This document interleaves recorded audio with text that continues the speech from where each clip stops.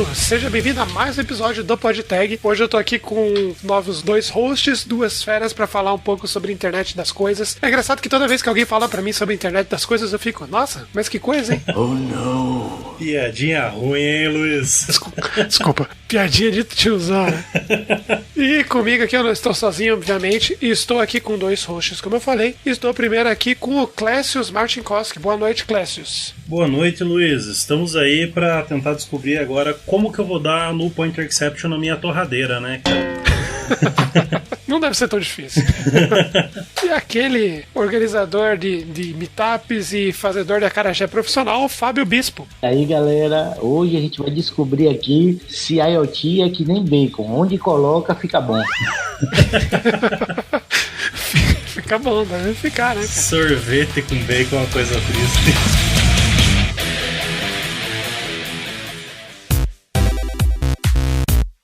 E lembrando que esse podcast é apoiado pela Impulso Network, que tem uma novidade muito legal agora pro final desse trimestre e pro começo de 2020. Você provavelmente já conhece a Impulso, vem nos apoiando aí há muitos episódios, muitos mesmo, acho que umas 2 ou 3 temporadas, e obviamente não ia ficar de fora nessa nova temporada do PodTag. A Impulso agora não é só uma comunidade de tecnologia, mas também uma plataforma focada em comunidades.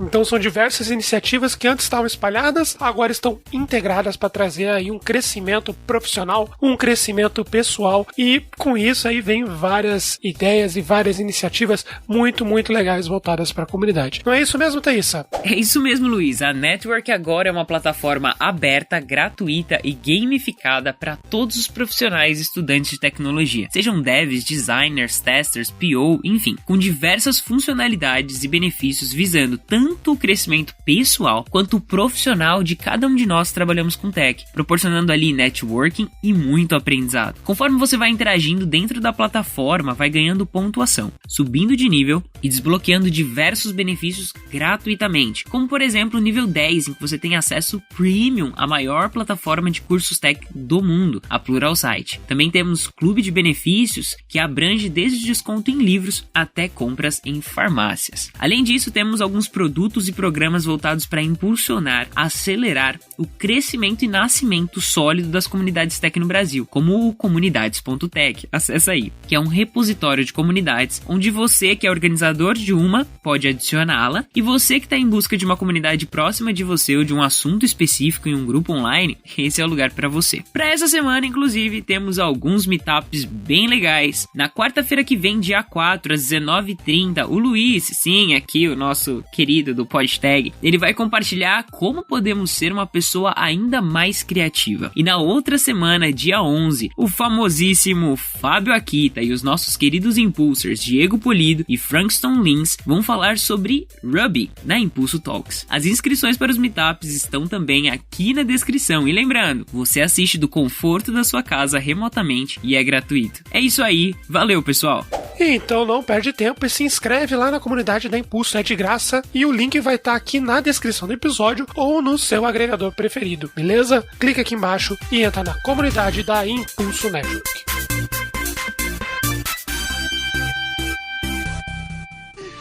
Escuta... Ai! Não se preocupe. Sistema de absorção ativado. Pra onde foi? Este sistema conduz tudo pro reservatório próprio da PET. Estou começando a gostar disso. Eu já me amarrei. Pois é. Então quer dizer que vamos ficar? Mudar pra cá? Ora essa, por que não? Legal. Adorei isso aqui. E se não der certo, podemos voltar para nossa casa, não é? Claro.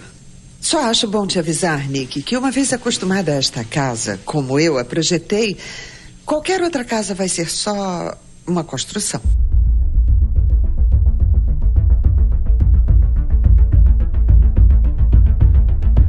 Então hoje a gente vai começar a falar sobre a internet das coisas, o que é esse negócio, por que tem esse nome, inclusive diferentão aí das outras tecnologias, né? Antes de tudo, queria dar um contexto aí pro ouvinte. Nós estamos nessa temporada, né, buscando falar um pouco sobre inovação em tecnologia, sobre o que vem no mercado para os próximos anos, e a gente não pode deixar de falar de IoT. Então, quem pode dar um contexto um pouco aí do que é a internet das coisas, por que tem esse nome? A Bia tá querendo participar aqui, ó. Por que tem esse nome? A internet das coisas, Luiz, ele nasce, a gente começa a ver bastante por agora, falando a todo momento, né? Porque a gente aumentou a conectividade nos últimos anos. Mas esse conceito de internet das coisas já estão falando lá desde a década de 90 e de tempos em tempos vão dando uma ajustada no nome das coisas para chegar nesse termo que a gente tem hoje aí, que é a internet das coisas. Até porque, Fábio, se a gente for pensar bem, o lema do Java, o Right Answer, Run Everywhere, ele essencialmente prometia que você ia conseguir rodar Java na torradeira, né, cara? Então naquela época eles já estavam pensando em internet das coisas. Não que conseguiram realizar, né, mas... Quando você instalava o Java, tinha aquela tela enorme escrita Java roda em 3 bilhões de dispositivos, né?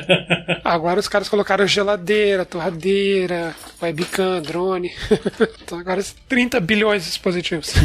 O mais interessante disso, que um dos precursores do IoT, né, o Mark Weiser, ele fala lá já em 1991. É nesse momento que, inclusive, a internet começa a ser de massa e ele já começa a falar coisas de conectividade, dessa interação das coisas com o cotidiano. Então a internet das coisas é a conexão entre dispositivos diferentes ou tem alguma linha diferente. Porque, por exemplo, a gente sempre, quando fala de internet das coisas, imagina, eu tenho uns beacons espalhados pela casa, conectado com a minha torradeira, conectado com a minha geladeira, conectado com, sei lá, com o meu carro. Mas se eu conectar 2 dispositivos, tipo 2 celulares, isso é a internet das coisas também ou não? Quando se fala, Luiz, principalmente nas previsões de quantidade de dispositivos conectados, nem incluem smartphones. Porque imagine que você tem que ter na internet das coisas também essa parte de perceber o ambiente e atuar sobre ele. E não necessariamente só conectar 2 smartphones daria para se conectar e se configurar a internet das coisas. Senão a gente ia conectar 2, ligar o Bluetooth nos 2. E pronto, E pronto. E teria uma conexão interna. Eu acho esse conceito realmente, ele é maneiro, todo mundo sempre fala disso, mas ele acaba sendo um pouco abstrato nesse sentido. Porque, por exemplo, a gente teve algumas mudanças muito importantes nos últimos anos, vem aí a entrada de IPv6, alguns protocolos de segurança, eu tenho um conhecimento limitado nisso, mas muitas tecnologias voltadas especificamente para IoT e esse tipo de conexão, geralmente essas siglas todas aí, né? que sempre tem, mas o conceito mesmo das coisas conectadas, esse é um conceito que eu acho que gera um pouco de dúvida. Porque, por exemplo, a internet das coisas é algo que eu consigo conectar o meu carro, o dispositivo do meu carro com a minha casa, ou é só minha casa com alguns dispositivos que eu tenho aqui dentro, sabe? Eu sempre fico com essa dúvida do que até onde vai a internet das coisas, até onde as coisas estão dentro da mesma rede, não sei, ainda é abstrato pra mim. Se vocês puderem entrar um pouquinho no nível meio mais técnico, o que é e exemplos um pouco mais práticos? Eu acho que isso é muito gradativo, assim, a gente pode olhar para um passado que quando eu conectava o meu celular com fone Bluetooth já era algo de outro mundo, e assim, hoje em dia a gente já tem aí câmeras, interfaces, aqueles assistentes de voz que você controla, lâmpadas, tudo isso interconectado. Então eu acho que o conceito ele evolui com essas coisas, né? Então daqui a pouco a gente vai olhar para isso e vai pensar, não, isso é básico demais para chamar de IoT. O que a gente vai chamar de IoT daqui a algum tempo? Então, por exemplo, o meu carro se comunicar com a minha casa pro portão dela abrir e eu não precisar dizer, tô chegando em casa e ter que apertar um botão pro portão abrir. Então, isso é uma coisa que vai evoluindo dentro do IoT. Cada vez, acho que o IoT ele é muito aquela questão de o quanto que a gente se surpreende como as coisas estão conectadas. Antes eu usava o interruptor em casa, agora quando eu chego, a casa sabe que eu cheguei e acende a luz. Entendi. E daqui a pouco eu vou ter devices conversando, inclusive, por exemplo, o meu trabalho avisando minha casa que eu saí do trabalho e pra minha torradeira começar a torrar um pão, pra minha geladeira já começar a avaliar o que tem lá dentro e me sugerir alguma coisa pra eu comer. Então, acho que dentro de um futuro a gente ainda vai estar discutindo, olhando pro que a gente tem hoje, dizendo, aquilo não era IoT. Isso que a gente tem hoje é a parada mais no sentido de conectividade das coisas não físicas, das coisas de ações, né? Especificamente falando. Então, isso. Você deu exemplo, né? Pô, maneiraço. E pensando nessa linha, geralmente para se configurar IoT, ele tem 3 vertentes. Ele tem que estar sempre conectado, isso justamente por conta do conceito de IoT, de internet das coisas. Ele tem que estar em qualquer lugar, então eu posso estar funcionando aqui dentro da minha casa, mas poderia ser no carro. ou poderia ser no controle do parque, ou poderia ser no controle de uma loja. O IoT, ele entra nisso e também pode ser qualquer coisa. Então, desde o teu fogão, tua geladeira, o carro, tu ter lá um recipiente que tu coloca as fraldas da Bia e sabe quando é que tá acabando. Olha, a Bia tá crescendo e, olha, vai acabar essas fraldas aqui, essas fraldas não dá mais para usar. Então vai facilitar muito. Mais relacionado a uma inteligência artificial na parada, né? E esse sistema IoT poderia estar alimentando o sistema de inteligência artificial para poder estar gerando esses dados, essas previsões para você, e aí tentar facilitar ao máximo, né? Imagine que aí pensando sempre na parte filosófica da IoT, ele vem muito para facilitar a vida das pessoas, de tarefas que seriam mais complexas ou coisas muito repetitivas, você está fazendo automaticamente, ou fazendo de uma maneira tão passiva que você nem percebe que está acontecendo. Então, puxando um pouco essa linha, o IoT faz sentido usando dados, especificamente, usando inteligência artificial, pensando em melhoria do processo. Porque quando começou essa história do IoT, alguns anos atrás, na verdade já vem de muitos anos, né? Mas se popularizou um pouco mais, um questionamento que eu sempre tinha que o pessoal falar, cara, beleza, eu consigo controlar minha geladeira. O que isso me agrega, né? Me daí, né? Isso vai me ajudar no quê? Em vez de abrir a geladeira e girar o botão que tá mais gelado, agora eu posso saber. Só que olhando por essa linha que você falou, tipo, ela pode detectar o que tem ali dentro, a temperatura, no dia mais frio ela se regular sozinha, ela me avisar alguma coisa, eu programar uma viagem, e ela já se organizar porque tem uma viagem programada. Eu acho que esse tipo de dado, isso realmente vem pra ajudar no sentido de bem-estar, qualidade de vida mesmo, né? Pensando agora, um nome que me veio à cabeça, né? Tem algumas startups que trabalham com isso na área médica, né? Inclusive, pegam resultados de exames resultados de exames somado a algumas informações que vêm da máquina onde a pessoa tá ali, né? Na UTI, enfim, e acaba evitando sepsis e algumas outras doenças hospitalares por causa dos dados, né? Vocês acham que isso entra como internet das coisas ou isso é mais na linha de inteligência artificial, usando o dispositivo para isso mesmo? Eu acho que entra, Luiz e Clécio, pensando no ponto de vista, vamos pensar, né, dando um exemplo também na área de saúde, vamos pensar, né, público mais idoso que toma bastante remédio, né, tem que tomar bastante remédio. Eu posso fazer, por exemplo, um porta-pílula inteligente.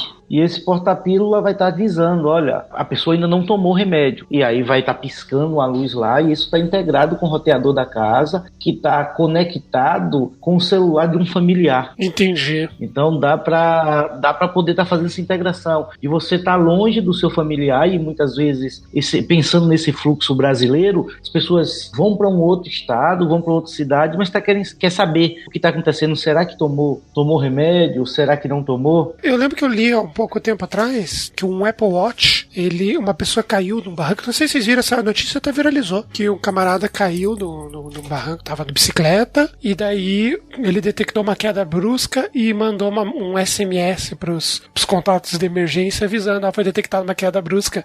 Eu não sei se entra nessa parada, mas talvez conectado a um outro dispositivo de segurança, poderia ter acionado o SEAT, acionado os bombeiros da região. Acho que, olhando por esse lado, eu acho que tem futuro nisso, diferente de alguns anos atrás, onde a gente não via muita usabilidade.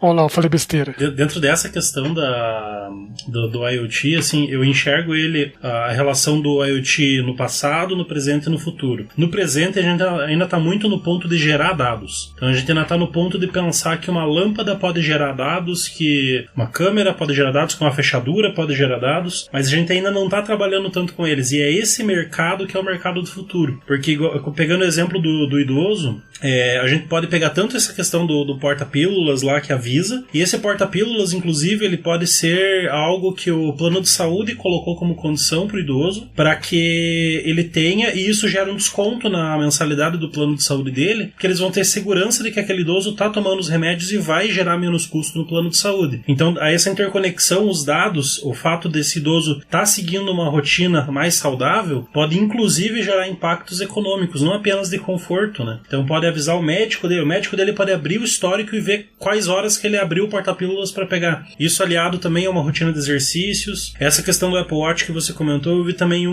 vi essa e vi uma outra que eu acho que era um Apple Watch, um relógio inteligente de alguma outra marca, que avisou a pessoa que ela estava para ter um infarto. E a pessoa foi ao hospital, daí pelo batimento cardíaco ele conseguiu detectar, e isso preveniu várias sequelas que a pessoa poderia ter tido pelo simples fato de estar usando um monitor cardíaco, né? Entendi. Pô, maneiro, cara. Eu tinha visibilidade de algumas coisas, mas olhando assim no sentido de usar para dados, pô, isso não só gera uma infinidade de possibilidades, como uma infinidade de jobs, né?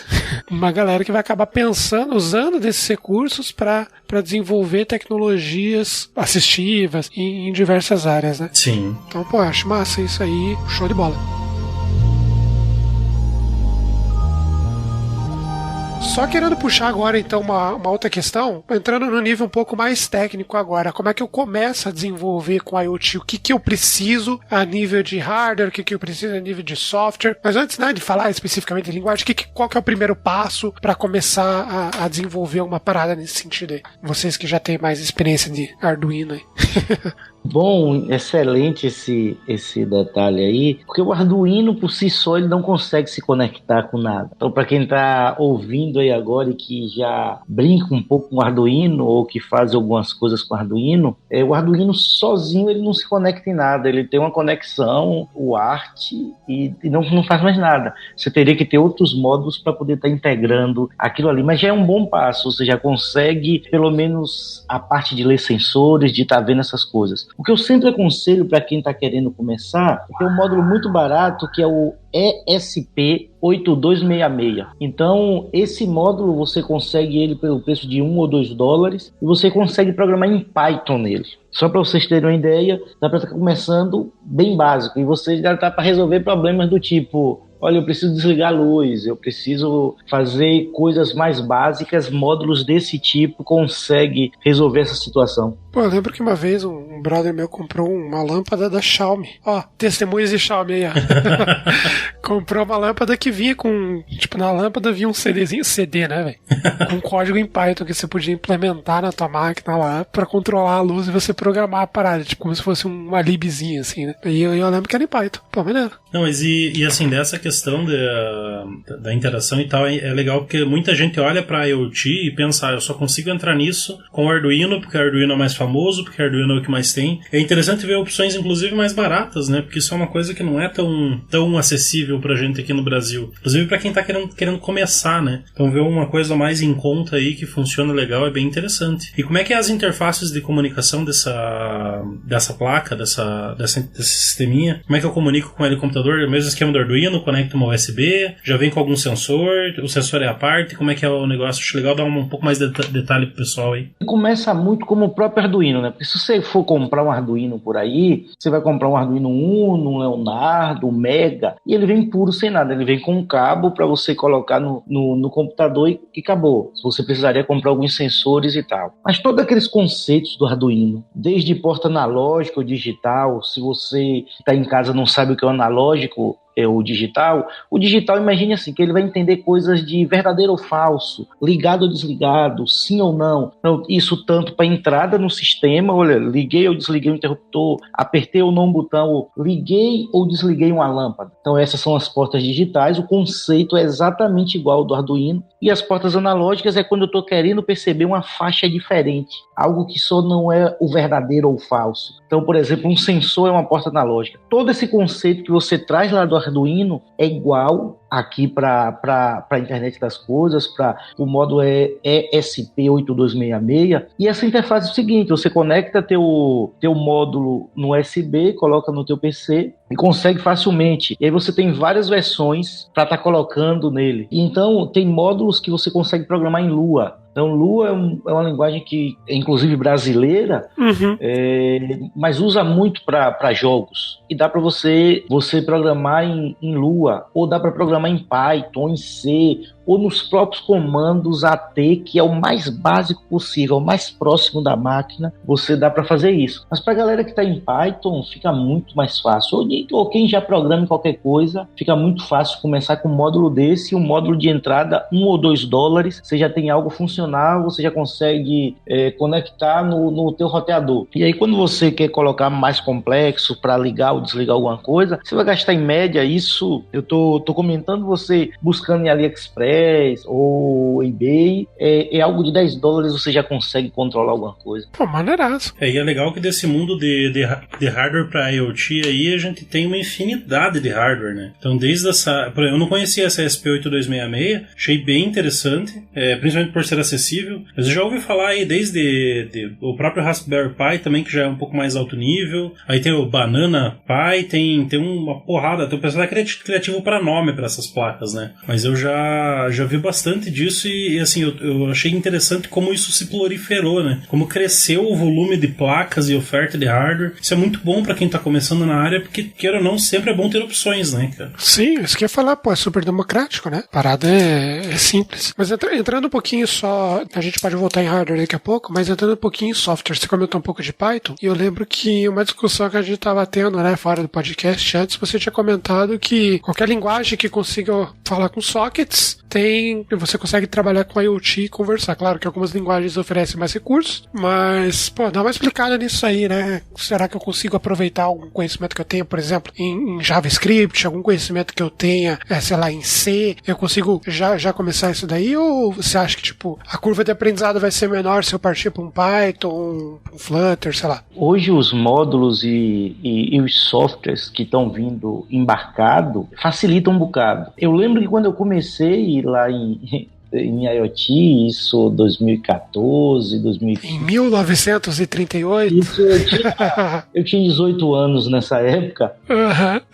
E não tinha, só para vocês terem uma noção, lá não tinha o HTTP implementado, você tinha que fazer na mão, só para vocês terem uma ideia. Hoje está toda essa camada, você consegue conversar com o módulo, com GET, POST, sabe? Você pode, por exemplo, deixa a estrutura já pronta e você consegue hoje achar estrutura de código pronto. Se você vai no site de cada um software que está dentro desse módulo, você já consegue pegar as funçõezinhas prontas, descarrega no teu módulo e diz, olha, tu vai ficar ouvindo nessa porta aqui. Então, tu fez qualquer chamada, ele vai abrir uma conexão, vai abrir um socket e consegue conversar. Então, isso desconecta da parte do alto nível e tu consegue fazer tua coisa em HTML puro, ou tu, quero implementar alguma coisa com JavaScript, para tu deixar algo mais belo e tal, ele consegue trabalhar com tu perfeitamente. É totalmente desconectado, sabe? Desplugado, e que tu consegue falar, principalmente como socket, né? Eu acredito que boa parte das pessoas conhecem como é que funciona essa estrutura,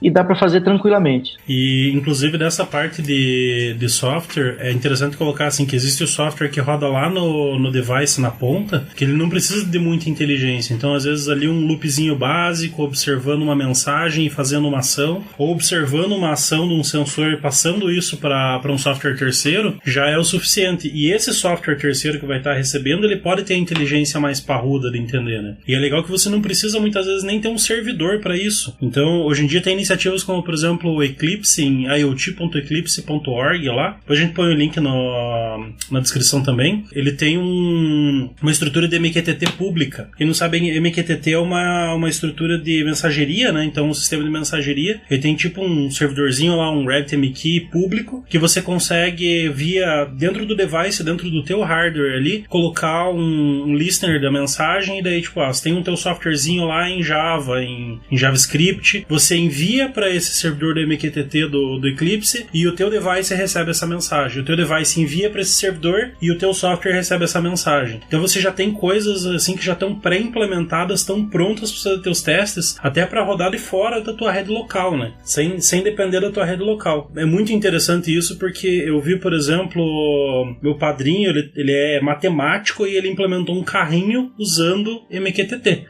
usando essa estrutura do IoT do Eclipse. Eu fiquei muito admirado, porque ele Ele aprendeu a base de programação mínima necessária só para fazer a ordem do mais e menos ali e colocou um softwarezinho no celular e estava controlando o carrinho pelo celular. Então é legal que você não precisa ser um gênio da computação, um gênio de hardware, mexer com baixo nível para fazer alguma coisa funcionar. E essa é a parte legal, porque quando você vê funcionando, isso te injeta ânimo para você querer fazer mais. Então é legal você pegar esses caminhos mais curtos no começo justamente para você ter essa injeção de ânimo, né? Isso facilita demais. Inclusive, esse método você consegue com placas bem simples, placas baratas, como é o caso dessa placa que eu citei, para placas mais parrudas ou para sistemas mais parrudos, como tu citou, o Raspberry Pi, que aquilo é um computador, se você for pensar, né? É um USB-C. Ele consegue rodar aplicações maiores. Mas assim, o que eu digo para o cara hoje que desenvolve web, para a pessoa hoje que desenvolve web, ele não vai ter dificuldade nenhuma. Internet das coisas é mais desenvolvimento web do que eletrônica. Da maneira que está sendo feita hoje, é mais desenvolvimento web. Então, se você desenvolve web, você já está na frente, muito mais na frente do que quem só desenvolve eletrônica, quem mexe com sistemas embarcados. Quem trabalha com web back, né?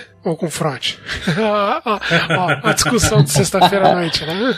Não tava pensando no full stack, desculpe. Olha só, para eliminar a briga, né? Pronto, o full stack. E é legal que, assim, dentro dessa pegada de IoT aí, ele tem desde esse nível mais básico aí que a gente puxou, né? Que a gente você já coloca um carrinho para rodar com pouquíssimo conhecimento de programação, mas as portas que isso abrem para você tocar algo mais avançado, desde trabalhar, por exemplo, esse sistema de mensageria aí, você consegue trabalhar com inúmeros devices enviando, isso independente se está usando do Eclipse ou um servidor teu para isso, né? Mas consegue trabalhar aí com um modelo onde você tem vários dispositivos enviando mensagens, se comunicando através de um sistema de mensageria deles mesmo, né? E tudo isso sendo agregado no teu software processando isso e entregando inteligência pro cliente final. As portas que isso abrem para você trabalhar assim é excepcional. E é tudo com tecnologia que a gente já usa no dia a dia, né? Tem algumas diferenças, até eu vou pedir pro Fábio aí, que é um pouco mais especialista nisso, se ele conseguir dar um parecer pra gente. O cara é o rei do IoT. Exatamente. A questão assim, porque eu vejo muito protocolo diferente sendo aplicado em IoT. A gente da web tá muito acostumado com HTTP, a gente olha pro TCP de forma assim, beleza, visto aqui na universidade, falou, valeu, meu é HTTP, e eu tô vendo uma porrada de protocolos surgindo, até abri o site do IoT Eclipse aqui, além do MQTT, tem um tal de CoAP, um LW, M2M, tá até faltando letra pra fechar as siglas da quantidade de protocolo. Sei que tem aquele esquema de Red Mesh. Foi o que eu falei no começo, né, cara? Parte do IoT você decorar essas paradas ainda. Exatamente, é a parte mais difícil, né, cara? Você não sabe se você tá programando IoT, você tá lendo nome de partido, pô? Não tem nenhum conversando com o TI, não, né? Apesar de que quebrou muito essa coisa. Geralmente, usam-se dois, né? Ou o HTTP ou o MQTT. A galera usa mais ou um ou outro.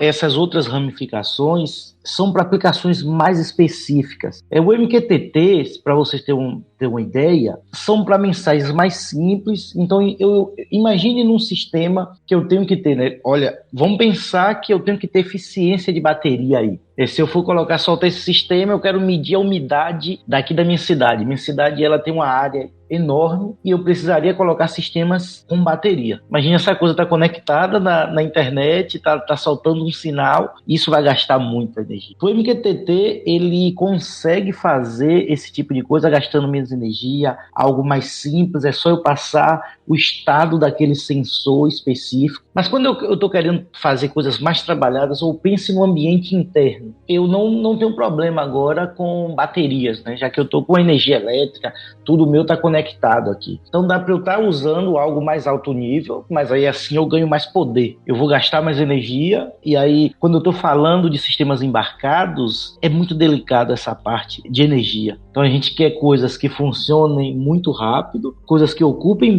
pouco espaço, mas que também gastem pouco a bateria. Isso é o tripé da perfeição lá nos sistemas embarcados. Mas como assim eu não vou conseguir rodar meu servidor de aplicação de 16 GB de memória no meu Raspberry? Porra, como é que eu vou rodar minha aplicação agora, né? Ou no meu Arduino? Como é que eu não vou poder rodar um Hello World em Java no meu Raspberry? O Raspberry, ele tem muito poder. Quando eu falo de um ESP8266, ele tem 256 K de ROM. A gente tá falando de 16 mega em média de memória RAM. Então não tem muito processamento lá não. São coisas bem simples para fazer ações bem pontuais. Então ele consegue conectar aqui na minha rede. Se a gente for pegar esse módulo em específico, e que eu aconselho começar por ele, porque é muito barato e cumpre o custo-benefício, é o melhor que tem no mercado. Se for comprar um Raspberry Pi, ele é em média R$200, R$300. É porque chega aqui e fica um pouco mais caro. Um pouco. Então você pega o módulo,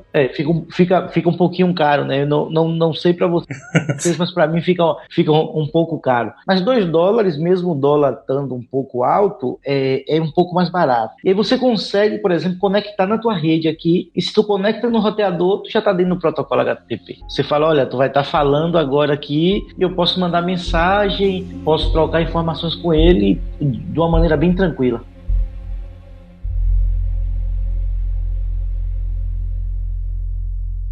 Contextualizar a IoT é algo bem desafiador, porque ela pode estar em todos os lugares e pode ser abordada de vários aspectos. Como, por exemplo, através do desenvolvimento de software, de criação de hardwares e até no lado humano social, uma vez que esses dispositivos inteligentes passam a conhecer muito sobre seus usuários. E isso gera uma preocupação com privacidade e a segurança que nem era pensada há algumas décadas.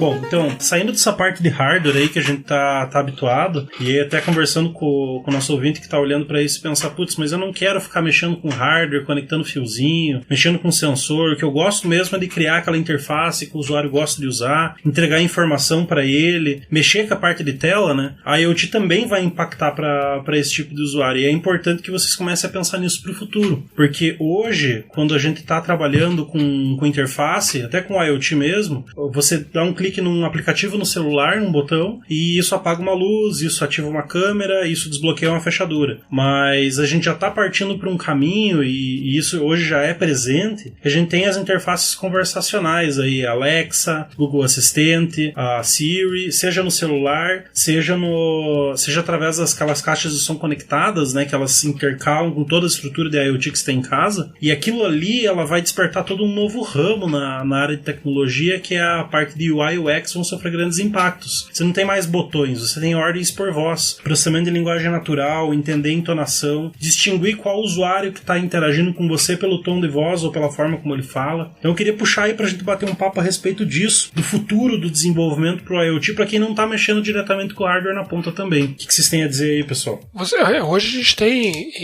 puxando sobre isso é bem legal, eu sincero, sou muito jacuzão pra hardware, nunca curti e tal, mas olhando pra esse outro lado, é muito legal receber informação dessas pontas, desses dispositivos, enfim, informação de alguma forma, e processar isso e criar informação relevante. Isso vale, claro, para qualquer sistema, mas com o poder que vocês comentaram aqui do IoT, é muito legal porque isso casa com outras informações que a gente tem, por exemplo, de chatbot, informações que a gente tem sobre a atividade do usuário em redes sociais, pixel, né, geralmente. Então eu vejo que para um futuro muito curto, a gente vai precisar trabalhar o momento do usuário, né, você entender o que o usuário está precisando naquele momento especificamente, do que como a gente vem trabalhando de tipo, é um roteiro meio programado, o cara vai colocar alguns dados, o software vai processar e vai entregar alguma coisa. Hoje eu vou conseguir buscar muitas informações de vários dispositivos, do comportamento que ele tem nos sites, da forma como que ele já usa o sistema, usando aprendizado de máquina, enfim, para poder tomar a melhor decisão, para entender o momento do usuário, baseado em entonação, baseado em outras informações que eu tenho, para prover a melhor informação possível para o cliente. Isso é uma coisa que a gente não tinha há 5 anos atrás. Não preciso falar 10 anos atrás. Há 5 anos a gente não tinha esse tipo de informação. Então eu acho que daqui para frente a gente vai passar a desenvolver tecnologias com muito mais, pensando do lado de inteligência artificial, com muito mais embasamento para fornecer a solução que o usuário está procurando do que a gente tinha antes. Então eu vejo que a gente vai começar a fazer pesquisas não, nas nossas dailies, nas nossas plannings, a gente vai começar a pensar, tipo, pô, se a gente usar aquela informação que a gente tem na geladeira da pessoa, né, para tomar essa decisão.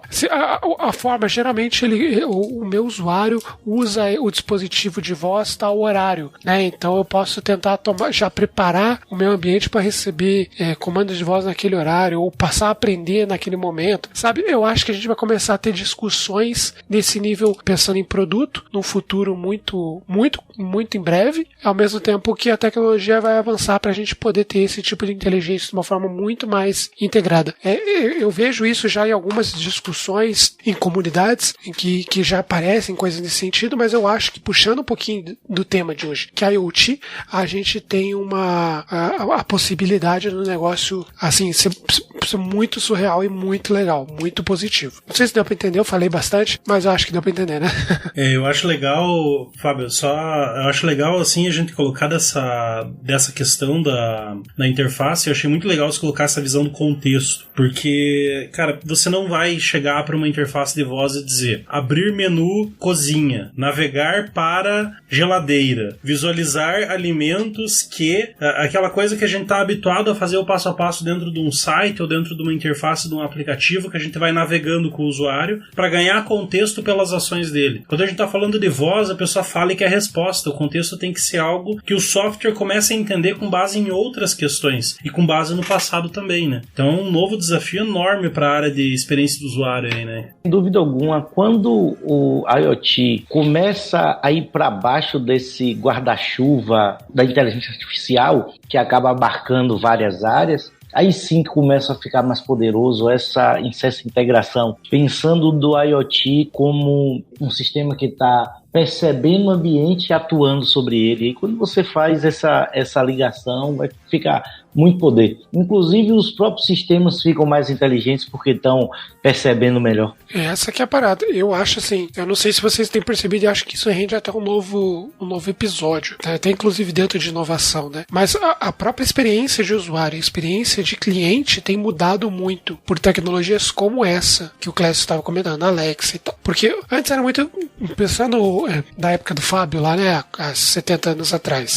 Você tinha coisas muito burocráticas, muito padrão, é daquele jeito. É formulário presencial que ia para um sistema, aquele sistema ia processar uma estrutura de dados específica, né, e rodar de uma determinada forma. Você foi flexibilizando isso e dando ao usuário cada vez mais liberdade. Hoje, dada a tecnologia que a gente tem, pensando em back, esquecendo lá na ponto hardware, né, hoje a gente consegue olhar para um monte de informações que a gente pode consumir de várias fontes e dar muita liberdade para a gente entender o cliente. Ao invés do cliente se adaptar à forma como nós estamos esperando, hoje nós temos inteligência artificial o suficiente para processar o que o cliente quer. Hoje a gente consegue não precisa pedir, tem que ser dessa forma. Hoje a gente tem tecnologias, por exemplo, como você comentou, de processamento em linguagem natural. Então a pessoa pode falar uma frase, ouvir esse podcast que está falando, processar o robô, né? Processar algumas informações dele, colher dados super relevantes, pode produzir um resumo do que a gente está falando aqui. Diferente de há muitos anos atrás, onde não, o sistema tem que ser daquela forma. Então, eu vejo que a gente pode ter uma expansão muito legal com a IoT, onde esses dispositivos vão dar base para isso que eu tô falando. Então, o relógio que tá na mão da pessoa fazendo medição do batimento cardíaco, a geladeira, a torradeira, o celular, o carro, dispositivos do trabalho, dispositivos de GPS, de localização, tudo isso vai dar bases para que o usuário não precise tomar decisões. O próprio sistema, se munindo desses dados, vai conseguir trazer uma experiência legal para o usuário, sabe? Eu acho que eu vejo um futuro para a IoT nesse sentido.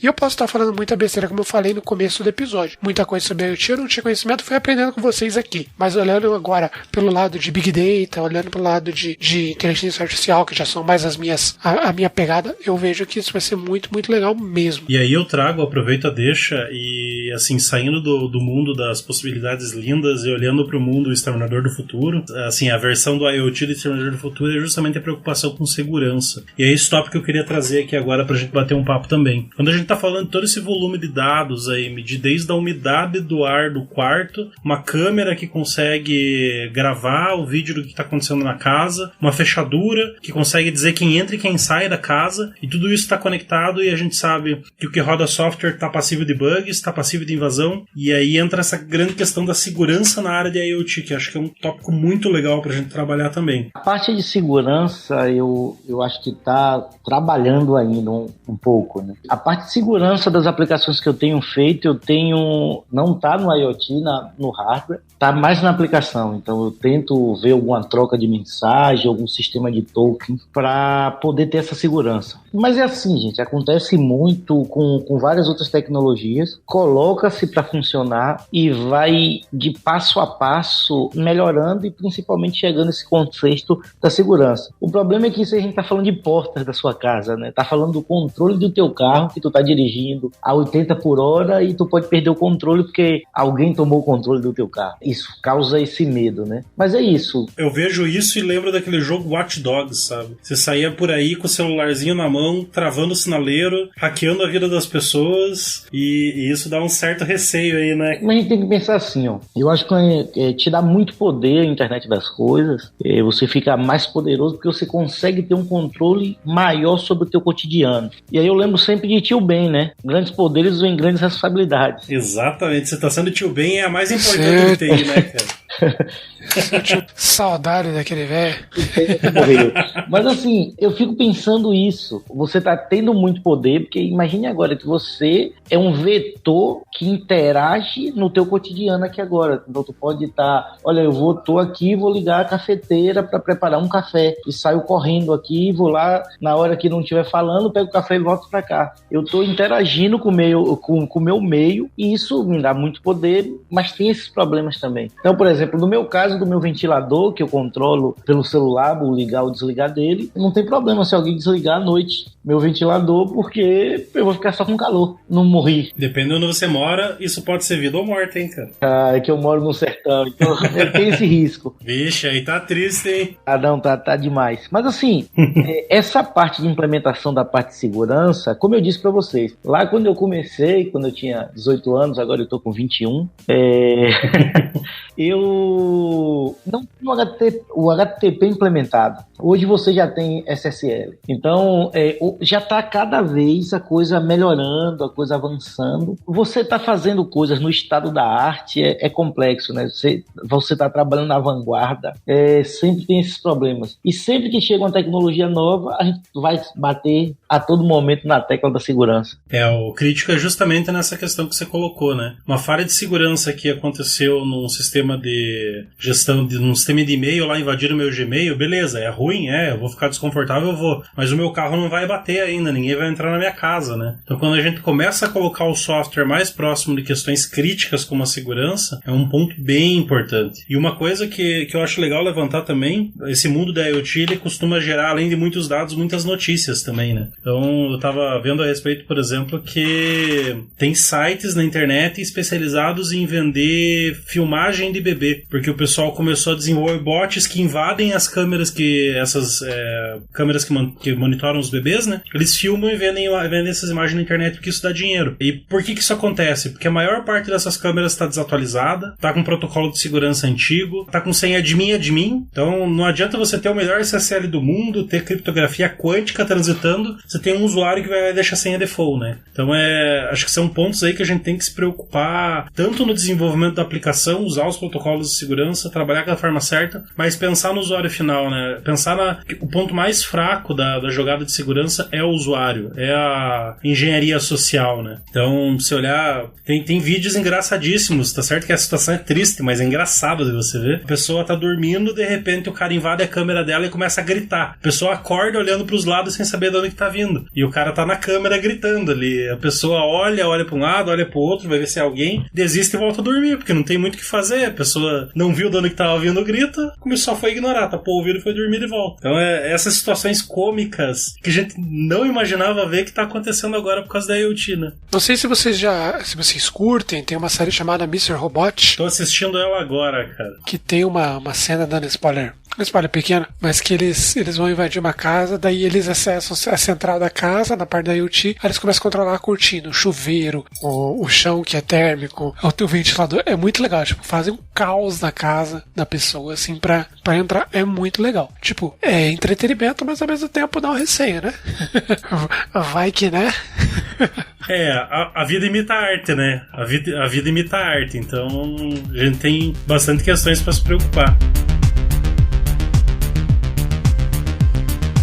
Então, galera, vamos falar um pouquinho para fechar aí pro último bloco. O que vocês veem então no futuro? Eu comentei algumas coisas aí que eu vejo como um leigo em IoT, mas olhando um pouco aí do lado de desenvolvimento, do lado de produto. O que vocês veem que a gente tem no âmbito de tecnologia, no âmbito de ferramental, de hardware que vem pela frente do IoT, e além disso, o que vocês também veem aí como futuro no sentido de negócio, de business? Comentem um pouquinho a ideia de vocês aí. O mercado, Luiz, de IoT está crescendo a cada dia. Então a gente tem previsões para 2025 de a gente estar falando de 20 bilhões de dispositivos conectados. Isso a gente não está nem considerando smartphones como dispositivos de IoT conectado. Então se você tem um tanto de equipamento que vai estar sendo integrado, e aí o IPv6 vai estar ajudando a resolver esse problema, né, de conectividade, a gente tem um panorama aí que vai ter um mercado de trabalho legal. Tanto para você estar trabalhando na parte de aplicação, quanto na parte de desenvolvimento da eletrônica em si. E isso a cada coisa, como já teve aqui, a gente já falou do exemplo da geladeira.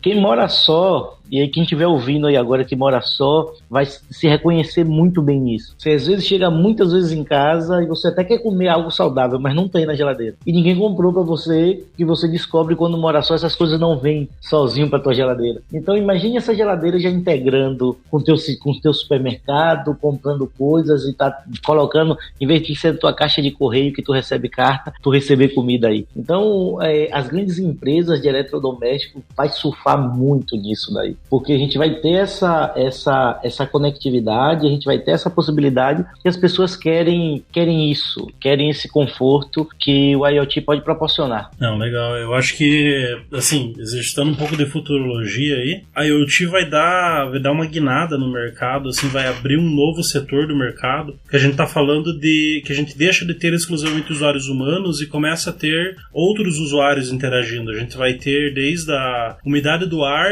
imputando dados dentro da tua aplicação, até o cachorro do vizinho que aparece na câmera, tudo que você tem que os sensores captam passam a ser entradas no teu software. Isso aumenta em níveis de magnitude absurdo o tamanho de dados que você vai ter que lidar. Então, aquele sisteminha em PHP com MySQL, sem ofensas aí para quem tá ouvindo, talvez não seja mais... Começou. Começou. Talvez não seja mais tão performático para conseguir processar todo o volume de dados que a gente vai estar gerando. E a questão é que os sistemas que não estiverem integrados com a rede de IoT, talvez daqui a algum tempo comecem a se tornar obsoletos. Então daqui a pouco você vai ter um sistema de uma grande rede de supermercados que, se ele não está conectado com a geladeira do cliente dele, ele está perdendo venda. A gente vai ter, desde se você vende livro e você conseguir identificar que a estante da pessoa está ficando vazia. Então a gente vai começar a ter, assim, agora vai ser um exercício de imaginação, né? A gente pensar onde que a gente pode conectar as coisas para fazer tudo funcionar legal. E eu acho que isso pode gerar, inclusive, impacto na nossa vida como sociedade. Fazer as pessoas conversarem menos, né? Porque hoje em dia a gente já tá falando aí, por exemplo, de condomínios. Você tem lá um porteiro, muitas vezes já é um porteiro virtual. O porteiro, ele serve exclusivamente para olhar quem tá entrando, ver se o cara é morador. Se o cara for morador, ele já tem uma tag para entrar, então já tem um pouco de IoT aí. Mas, sei lá, chegou um visitante. Putz, o visitante, ele tá com um cartãozinho que ele usa para abrir a casa dele. O que impede desse cara usar esse mesmo cartão para usar para se identificar para entrar no condomínio, liberar só a porta do bloco que ele pode entrar, liberar só a porta da casa, já avisar a pessoa que o visitante tá chegando. Então começar a integrar essas informações todas geradas, eu acho que vai ser a mina de ouro vai ser o smartphone da próxima geração. Então o que tornou a Apple a primeira empresa trilionária do mundo aí, vai tornar alguma outra empresa trilionária agora, vai ser saber trabalhar com os dados que o IoT está gerando. Desde IA até pensar como que isso pode entregar uma experiência melhor para o usuário final, né? Daqui a pouco vai chegar no ponto que quem não estiver trabalhando com esses dados vai estar totalmente sem mercado, totalmente obsoleto. Então a gente tem que começar a pensar aí no volume de dados que a gente vai começar a trafegar nas aplicações, né? Sensacional. Essa preocupação realmente faz todo sentido, né? Porque você pode ter, por exemplo, muito dado numa pessoa, onde você está traqueando os sites onde ela está acessando, dentro daquilo que você tem controle, né? Dentro da LGPD e tal. Mas você pode ter esse controle, você pode ter um nível de dados muito grande de como ela está usando a sua aplicação, mas isso com certeza não vai se equiparar a dados vindo de um GPS que vai atualizar a cada milissegundo e vai enviar essa informação para o teu servidor vai ter que processar aquela informação o tempo todo, né? Então você tem realmente a preocupação com dados e performance tende a ser cada vez mais importante. Realmente muito bom esse teu ponto aí. Então só pra gente fechar aqui, aquele famoso too long didn't read. Já viram? Tipo, quando o texto é muito grande, né? Você faz um resuminho no final.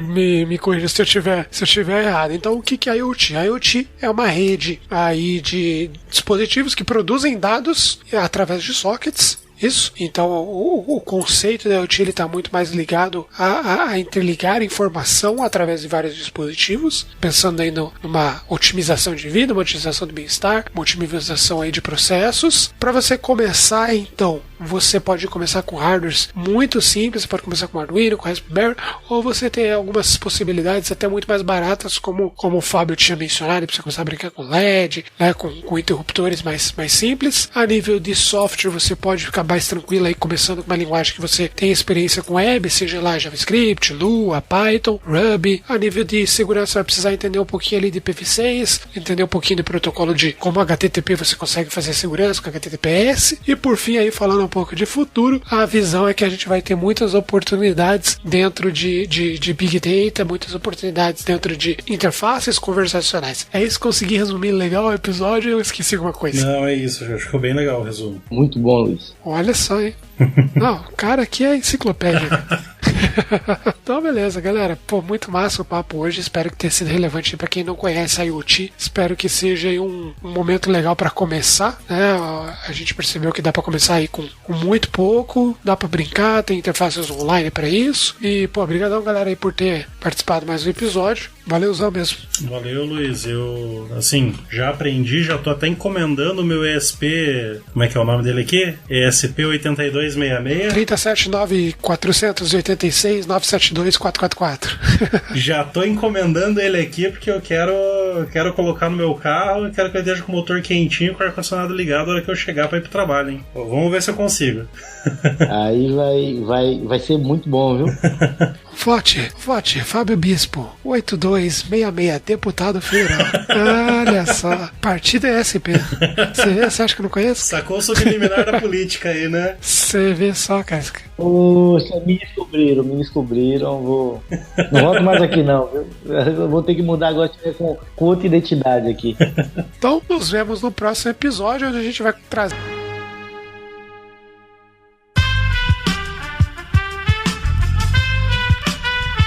Este podcast foi editado por Aerolitos Edição Inteligente.